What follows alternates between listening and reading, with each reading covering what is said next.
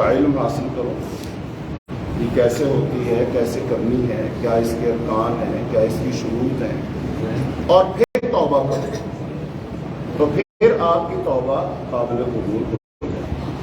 لیکن اگر توبہ کا علم حاصل نہ کیا اور ہم نے محض اس چیز کو توبہ سمجھا، ہم نے کہا یا اللہ میری توبہ، تو یہ توبہ نہیں۔ جیسے نماز ہے، نماز کا علم آپ کو پتہ ہوتا ہے کہ منہ کس طرف کرنا ہے، وضو کرنا ہے، کپڑے کا پاک ہونا، جگہ کا پاک ہونا، یہ ساری چیزیں آپ سیکھتے ہیں اور پھر آپ توبہ کرتے ہیں۔ تو اب یہ جو توبہ کا عمل ہے یہ انتہائی عظیم عمل ہے، بڑا ہی بابرکت عمل ہے، اللہ کا بڑا پسندیدہ عمل ہے۔ تو لہذا اس علم کا اس عمل کی پہلے آپ وہ علم حاصل کریں اور پھر توبہ کریں، تو انشاءاللہ پھر ہماری توبہ ہوگی جیسی اللہ توبہ چاہے۔ اللہ نے قرآن پاک میں ارشاد فرمایا ہے یا ایھا الذین آمنوا توبوا الی اللہ توبۃ نصوحا، اے ایمان والو تم توبہ کرو اللہ سے۔ کیسی توبہ؟ توبۃ نصوحا، عام توبہ نہیں، توبۃ نصوحا، پکی توبہ کرو۔ تو اب یہ وہ معیاری توبہ کیسے ہو؟ تو سب سے پہلے توبہ کے بارے میں ایک حدیث آپ کو سناتا ہوں، اور پھر توبہ کا لفظی معنی اور اس کا شرعی معنی کیا ہے وہ بتاتا ہوں، اور توبہ کے لیے پھر کن چیزوں کی ضرورت ہے وہ انشاءاللہ آپ کے سامنے بیان کروں۔ حدیث سے بات یہ ہے، رسول اللہ صلی اللہ علیہ وسلم نے ارشاد فرمایا واللہ اشد فرحا بتوبۃ عبدہ، اللہ تعالیٰ اپنے بندے کی توبہ سے بہت خوش ہوتا ہے۔ کتنا خوش ہوتا ہے؟ پھر آپ صلی اللہ علیہ وسلم نے ایک مثال بیان کی، فرمایا جیسے رجل، ایک آدمی ہے، خرج بأرض طویلۃ مہلکۃ، ایک آدمی سفر کرتا ہے ایک ایسی وادی میں جو کہ ہلاکت خیز وادی، خطرناک وادی، صحرا ہے، بیابان، معہ راحلتہ، اس کے ساتھ اس کی سواری، علیہا طعامہ وشرابہ وزادہ، اور سواری پر اس کا کھانا، اس کا پینا اور اس کا سامان رکھا ہو۔ فَأَضَلَّهَا، تو وہ سواری اس سے گم ہو جاتی ہے۔ بعض روایت کے مطابق آتا ہے وہ ایک درخت کے نیچے آرام کرنے کے لیے تھوڑا بیٹھتے ہیں اور اس کی تھوڑی آنکھ لگ جاتی ہے، کچھ ہو جاتا ہے، سواری پاس کھڑی ہو، وہ گم ہو چلی جاتی ہے۔ جب اس کی آنکھ کھلی اس نے دیکھا سواری نہیں، اب سواری کے اوپر اس کا سامان ہے، کھانا ہے، پینا ہے، اور ایسی وادی میں ہے جو وادی انتہائی ہلاکت خیز وادی ہے۔ اب یہ بندہ پریشان ہو کہ اب تو میں مر جاؤں، کھانا پینا نہیں ملے گا۔ یہ بندہ بھاگتا ہے، دوڑتا ہے، تلاش کرتا ہے، لیکن نہیں ملتی، تو پھر نا امید ہو کر پھر اسی درخت کے نیچے آ کر بیٹھتا ہے، اور پھر بیٹھے بیٹھے اس کو نیند کا جھٹکا ہے، نیند آئی۔ پھر اس کی آنکھ کھلی تو کیا دیکھتا ہے؟ وہ سواری اس کے پاس کھڑی ہے، اور اس سواری کے اوپر وہ سارا سامان موجود ہے، کھانا پینا زادرہ سب موجود ہے۔ اب یہ بندہ خوش ہو کر اس سواری کو دیکھ کر کیا کہتا ہے؟ کہتا ہے اے اللہ تو میرا بندہ اور میں تیرا رب۔ اب اس کے منہ سے یہ جو لفظ نکلا، ویسے تو کلمہ کفر ہے، لیکن یہ نکلا کیسے؟ خوشی اتنی زیادہ، سمجھ ہی نہیں آئی کہ میں کیا بولوں اللہ سے۔ لہذا اس خوشی کی شدت کی وجہ سے اس نے یہ الفاظ بول دیے تو میرا بندہ اور میں تیرا رب ہوں۔ تو آپ صلی اللہ علیہ وسلم فرمایا جتنی خوشی اس بندے کو ہوئی ہے نا، اللہ تعالیٰ کو اس سے بھی کہیں زیادہ خوشی اس وقت ہوتی ہے جب کوئی بندہ اللہ سے آ کر توبہ کرتا ہے۔ اس کا مطلب یہ اللہ کو خوش کرنے والا عمل، بڑا عظیم عمل ہے۔ اور یہ نا ایک عبادت ہے، ہم تو اس کو کرتے ہیں نا اپنے گناہ بخشوانے کے لیے، پتہ نہیں کس تصور سے، لیکن یہ ایک عبادت ہے۔ جیسے نماز، روزہ، حج، زکوٰۃ عبادت ہے، ویسے ہی توبہ کرنا بھی ایک عبادت ہے، اللہ نے اس کا حکم دیا ہے۔ اور یہاں پر یہ بات بھی ذہن میں رکھ لو، توبہ صرف وہ ہی نہیں کرتا جس نے گناہ کیے، نہیں، جس نے گناہ نہیں بھی کیے وہ بھی توبہ کرے، جس نے گناہ نہیں کیے وہ بھی کیا کرے، وہ بھی توبہ کرے گا، چونکہ عظیم عمل ہے، اللہ تعالیٰ خوش کرنے والا عمل ہے۔ تو کوئی بھی عمل جو اللہ کو خوش کرے گا تو وہ تو ہر بندہ ہی کرے نا، گناہ گار بھی کرے اور جو گناہ گار نہیں ہے وہ بھی کرے۔ اللہ نے ہر ایمان والے کو حکم دیا، یا ایھا الذین آمنوا توبوا الی اللہ توبۃ نصوحا۔ اچھا، اب رسول اللہ صلی اللہ علیہ وسلم کے بارے میں اللہ پاک نے فرمایا ہم نے آپ کے اگلے پچھلے ساری خطائیں معاف کر دی، لیکن آپ صلی اللہ علیہ وسلم نے شاہ فرمایا میں اللہ تعالیٰ سے ایک دن میں 70 مرتبہ استغفار کرتا ہوں، اتوب الیہ، اور میں اسے توبہ کرتا ہوں۔ تو رسول اللہ صلی اللہ علیہ وسلم تو کوئی گناہ نہیں، لیکن پھر بھی آپ عبادت کر رہے ہیں، کیوں کر رہے ہیں؟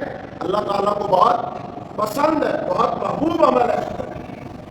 توبہ کوئی آپ کس لحاظ سے بھی سمجھ سکتے ہیں، یہ اللہ تعالیٰ کی بہت بڑی نعمت ہے، یہ اللہ تعالیٰ کی بہت بڑی نعمت ہے، اور شیطان کے خلاف توبہ سب سے بڑا ہتھیار ہے۔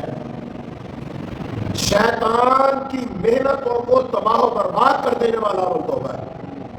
مثال کے طور پر شیطان ایک بندے سے گناہ کرواتا ہے، چھوٹا کروایا، بڑا کروایا، شرک کروایا، کوئی گناہ کروایا شیطان نے کروایا، وسوسے دلا کر، خیالات دلا کر، تمنائیں دلا کر، آرزوئیں دلا کر، بہرحال اس نے گناہ کروا دی، اور یہ بندہ گناہ کرتے کرتے 10 سال 20 سال 30 سال 40 سال 50 سال گزر گئے، بڑھاپے میں پہنچ گیا۔ اب شیطان تو خوش ہے نا، یہ بندہ کہاں جائے گا، اس کے بارے میں کامیاب اور یہ ناکام، شیطان خوش ہے۔ اور جب اللہ تعالیٰ انسان کو معاف کرتا ہے نا، شیطان کو سب سے زیادہ تکلیف ہوتی ہے۔ بتایا سال میں وہ کون سا دن ہے جس دن شیطان اپنے سر پر خاک ڈالتا افسوس میں، وہ ہوتا ہے عرفے کا دن، جس دن حاجی میدان عرفات میں ہوتے ہیں نا، اور پھر اللہ سے دعائیں کرتے ہیں اور اللہ تعالیٰ معاف کرتا ہے، اور اللہ جس کا حج قبول کر لے وہ کیسے ہو جاتا ہے، جیسے آج ہی ماں کے پیٹ سے، یعنی اللہ تعالیٰ اس کو گناہوں سے پاک صاف کر دیتا ہے۔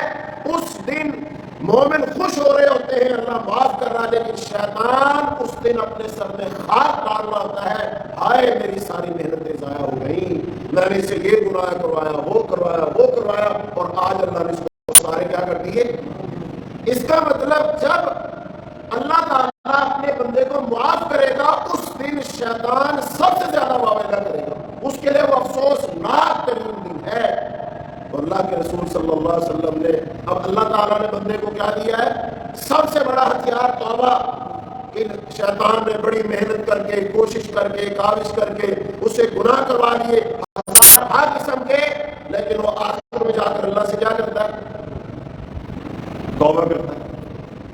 جب وہ توبہ کرتا ہے اللہ تعالیٰ کیا فرماتے ہیں، میں نے تجھے نہ صرف معاف کیا بلکہ میں نے تیرے سارے گناہوں کو نیکیوں میں بدل دیا۔ رے بندے نے کروڑ گناہ کی اور پھر سچے دل سے اس نے کیا کی، توبہ کی، لیکن توبہ وہ عام توبہ نہیں، جان کر، سیکھ کر، علم حاصل کر کے کہ توبہ ہوتی کیا ہے، توبہ انسان کے جسم کا کون سا عضو کرتا ہے، توبہ کی شرطیں کتنی ہیں، اس کے تقاضے کتنے ہیں، ان ساری باتوں کو سمجھ کر پھر وہ توبہ کرتا ہے۔ اللہ پاک فرماتے ہیں تو نے 1 کروڑ گناہ کیے اور تو نے مجھ سے کیا مانگ لیا کہ معافی، توبہ کر لی، جا میں نے تیرے 1 کروڑ گناہ معاف کر دیے اور تجھے 1 کروڑ نیکی عطا کر دی۔ اتنا عظیم عمل، اللہ کو اتنا خوش کر دینے والا عمل، تو اس کا مطلب یہ بڑا عظیم عمل، اور یہ شیطان کے خلاف سب سے بڑا۔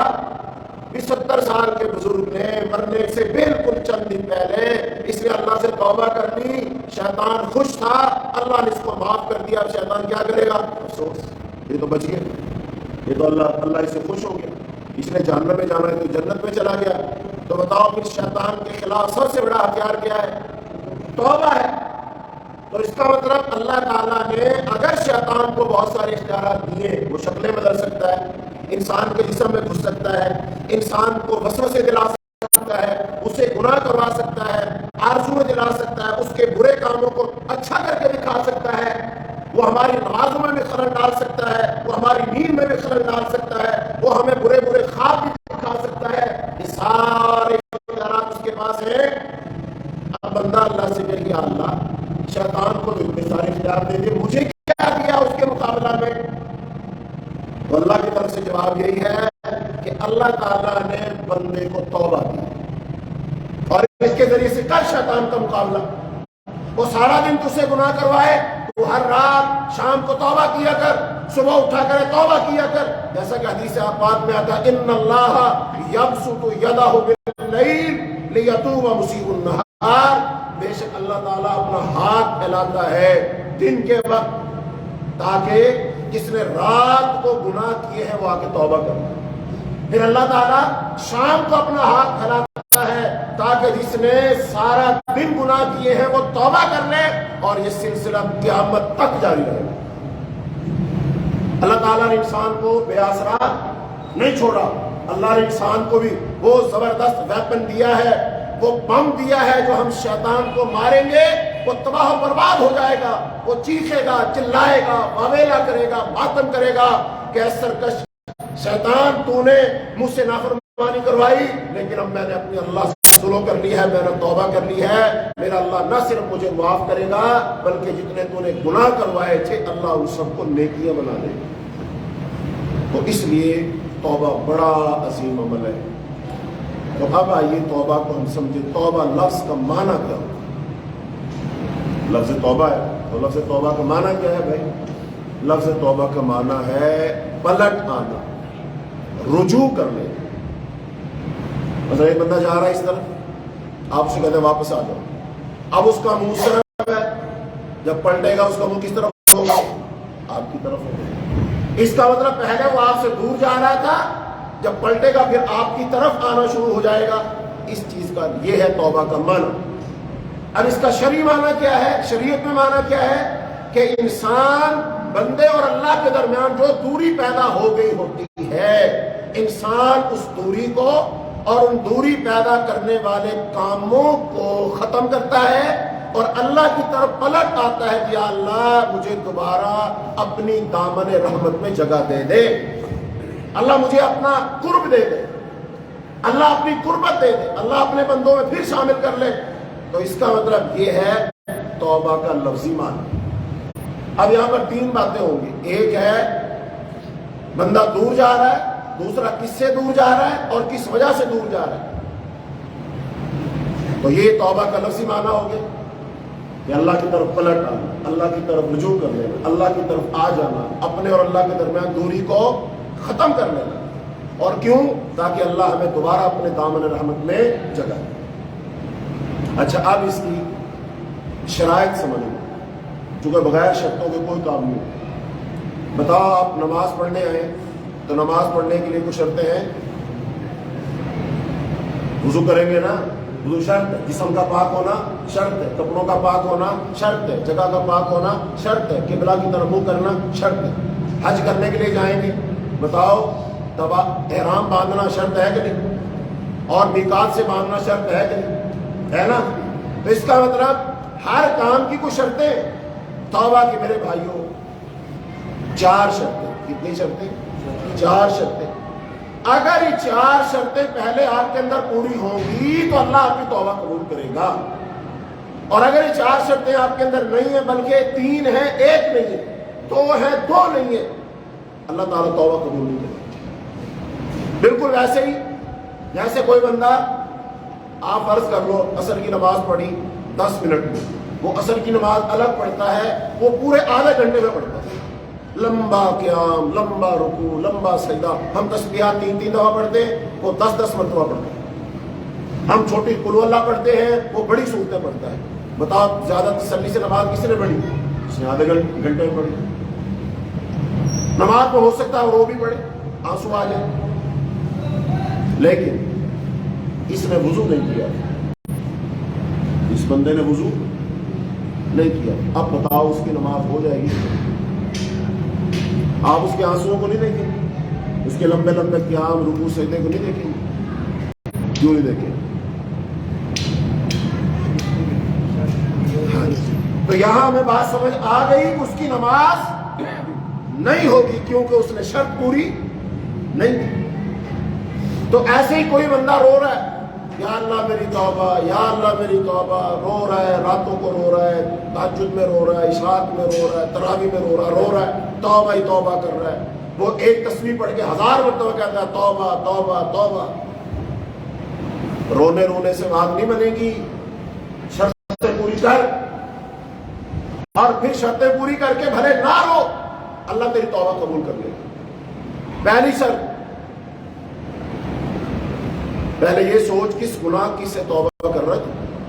یہ بندہ کہتا ہے یا اللہ میری توبہ، کس کی توبہ؟ کس گناہ کی توبہ؟ سوچ، کوئی تو گناہ ہوگا۔ اصل میں گناہ توبہ کا احساس کیوں پیدا ہوتا ہے؟ ڈر کی وجہ سے، خوف کی وجہ سے، طمع کی وجہ سے۔ اب کس چیز کا ڈر ہے؟ کیا کیا تو نے؟ کس چیز کا طمع ہے؟ خوف کس چیز کا ہے؟ تو کوئی بندہ کہے گا نا میں نے زنا کیا تھا اس کا ڈر ہے، میں نے کسی کا مال کھایا تھا اس کا ڈر ہے، میں نے دھوکہ دیا تھا اس کا ڈر ہے، میں نے ملاوٹ کی تھی اس کا ڈر ہے۔ ہمارے ایک عزیز تھے، فوت ہو گئے اللہ بخشے، وہ نا یہ ٹھیکیدار تھے، یہ سولنگ لگایا کرتے تھے۔ تو وہ بتاتے تھے کہ ہم نا بھٹے پہ جاتے تھے بھائی، اور وہاں سے اینٹیں بھر کے لاتے تھے، ٹریکٹر ٹرالی اپنا، مزدور اپنے۔ انہوں نے کہا دینا بھائی وہاں سے اینٹیں لوڈ کر دو، کہتے ہم لوڈ کر دیں۔ مطلب ٹرالی میں اینٹیں بھرنی تھی 5000، ہم بھر کے لاتے تھے 7000۔ انہوں نے کون سی اینٹیں گنی اور پیسے کتنے کی دی؟ 5000۔ کہتا چلتا رہا کام، ٹھیکیداری کی، خوب پیسے کمائے، کھا پی لیا۔ اچھا آخری عمر پہ آ کر اللہ پاک نے توفیق دی، نمازی ہو گئے، حج کر آئے، ڈر پیدا ہو گیا، خوف پیدا ہو گیا۔ مرنے سے پہلے جن کے بھٹے تھے نا وہ ان کے پاس گئے اور یہ بات بتائی کہ بھائی تمہارے بھٹے تھے، ہم ٹھیکیدار تھے، اینٹیں لینے ہم آتے تھے اور 5000 کی بجائے 6000 بھر کے لے جاتے تھے، زیادہ لے جاتے تھے اور پیسے اتنے دیتے تھے۔ لیکن اب مجھے احساس ہے کہ اگر اس حالت میں مر گیا یہ جرم ہے، قیامت کے دن تم میرا گریبان پکڑو گے، مجھے اس کا حساب دینا پڑے گا، لہذا میں اللہ سے ڈرتا ہوں، میں آپ کے پاس آیا ہوں۔ دو کام ہے بھائی، یا تو مجھے معاف کر دو یا پھر جتنے چاہو مجھ سے پیسے مانگ لو اور میں تمہیں پیسے دے دوں۔ پھر لوگوں نے دو کام کیے، کچھ لوگوں نے معاف کر دیا اور کچھ لوگوں نے کہا نہیں آپ کو پیسے دینے پڑے گے۔ انہوں نے ان کو پیسے دیے تو احساس ہوا نا کس گناہ، کون سا گناہ ہوا۔ لہذا جب توبہ کرنے لگو تو ذہن میں تو لاؤ کون سا گناہ، کون سے گناہ کر رہا ہے، کس کی معافی مانگ رہا ہے، کہ گناہ یاد ہے نہیں یاد ہے، کون سا کر رہا ہے کون سا نہیں کر رہا، سب کی اجتماعی معافی مانگ رہا ہے۔ نہیں، کوئی گناہ تو ہوگا جو تجھے ستاتا ہوگا، جو ڈراتا ہوگا، جس کے بارے میں تجھے خیال آتا ہوگا کہ اگر اس حال میں مر گیا تو کیا بنے گا، قبر میں کیا بنے گا، حشر میں کیا بنے گا، کوئی گناہ۔ لہذا اپنے ان گناہوں کو یاد کر، چونکہ وہ جو بڑے بڑے گناہ ہیں، بعض گناہ وہ ہوتے ہیں جن سے توبہ کرنا فرض ہے، بعض گناہ وہ ہوتے ہیں جن سے توبہ کرنا مستحب ہے، کر لو گے ٹھیک ہے، نہ کرو گے تو خیر ہے، لیکن بعض گناہ تو وہ ہے جن سے توبہ کرنا تجھ پر بالکل فرض عین ہے۔ کون سے گناہوں کی بات کر رہا ہے؟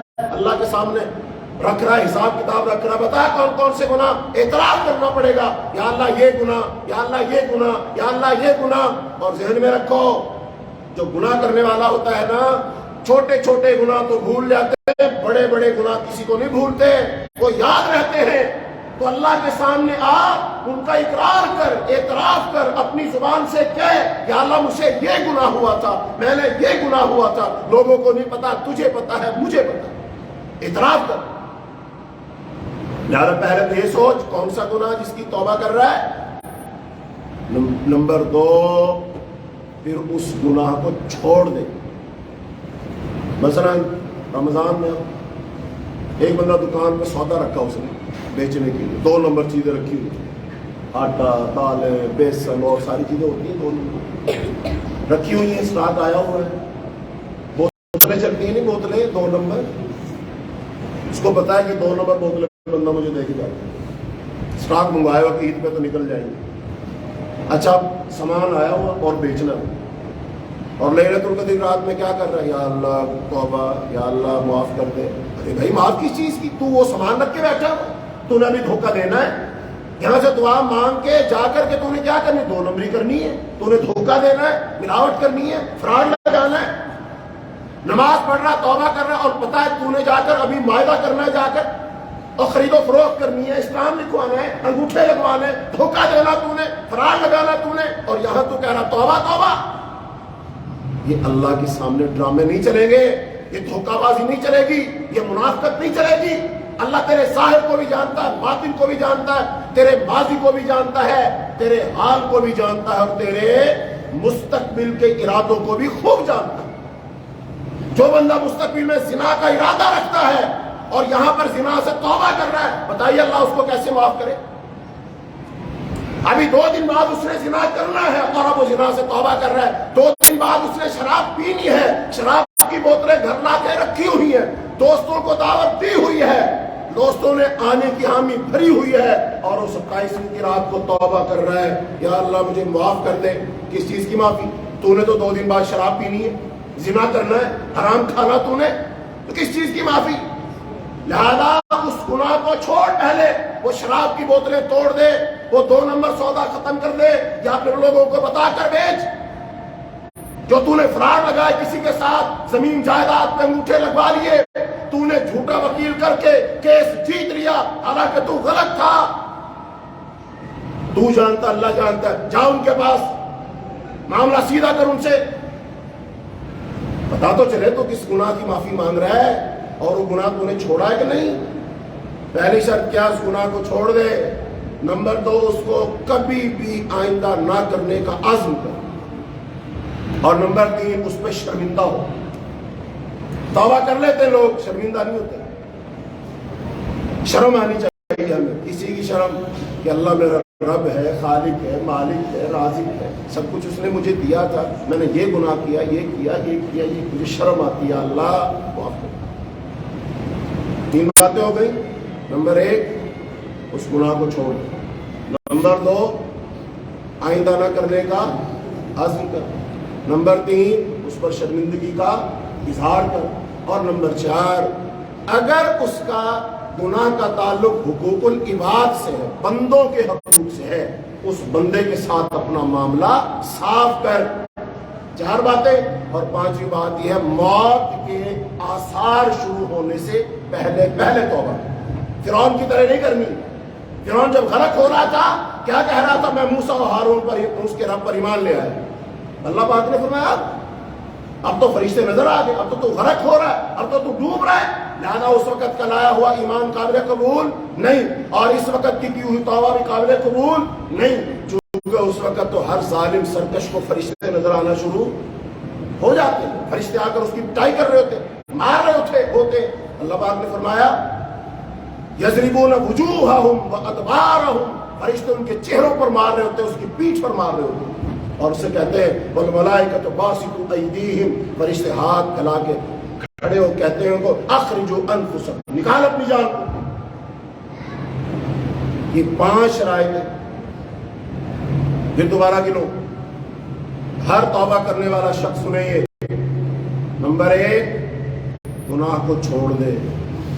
نمبر 2، آئندہ نہ کرنے کا عزم کرے۔ نمبر 3، اس گناہ پر شرمندہ ہو۔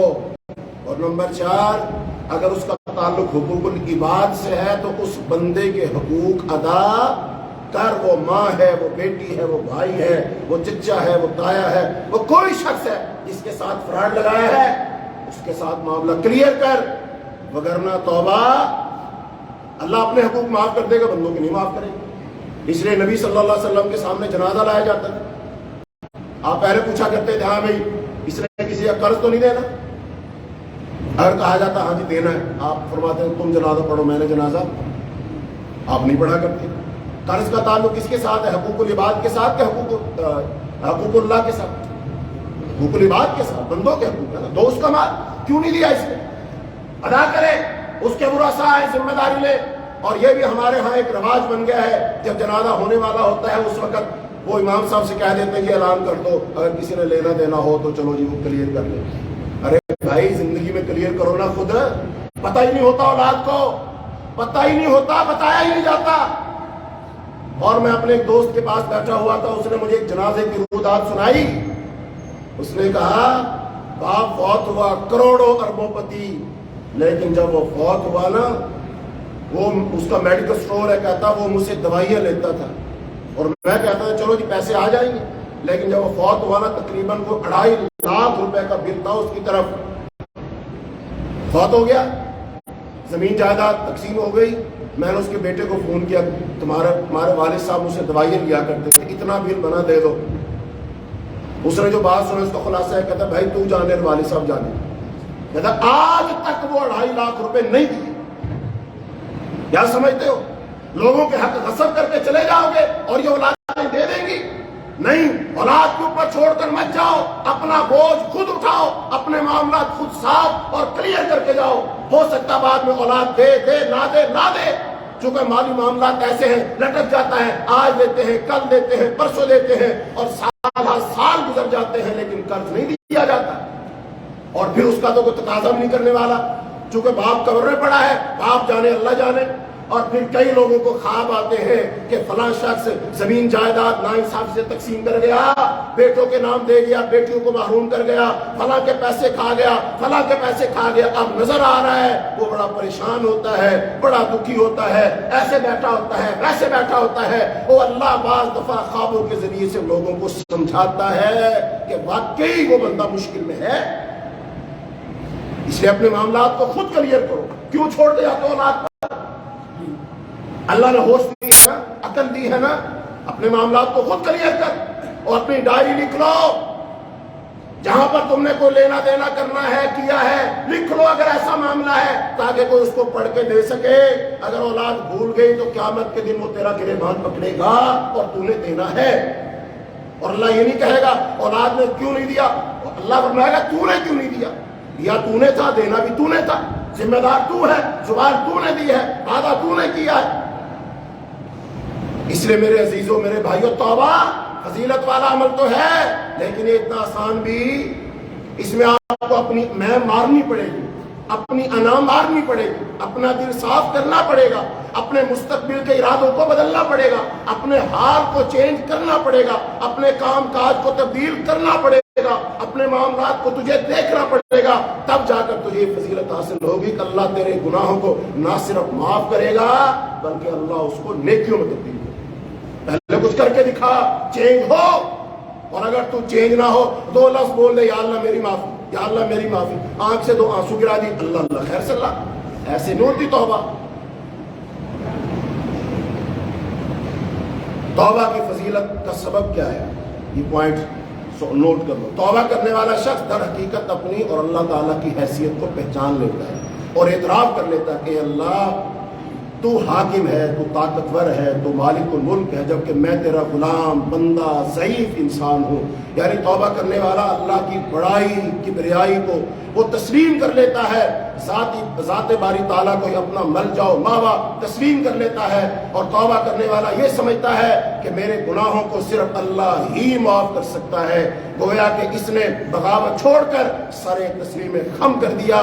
یہی بات اللہ کو خوش کرتی ہے کہ اس نے میری بڑائی کو، میری ذات کو، میرے اختیارات کو تسلیم کر لیا اور اپنے آپ کو کمزور سمجھ کر ہی میرے سامنے جھک گیا۔ یہی ادا اللہ کو پسند آتی ہے۔ اور بندہ توبہ کرے جھکے ہی نہ، توبہ کرے عاجزی کرے ہی نہ، توبہ کرے کسی کے حقوق دے ہی نہ، توبہ کرے گناہوں کو چھوڑے ہی نہ، اس کا مطلب عاجزی کوئی پیدا نہیں ہوئی۔ اس نے اللہ کی ذات کو کوئی تسلیم نہیں کیا، اللہ کے اختیارات کو تسلیم نہیں کیا، اس کے اندر تقویٰ اور اللہ کا ڈر پیدا نہیں ہوا۔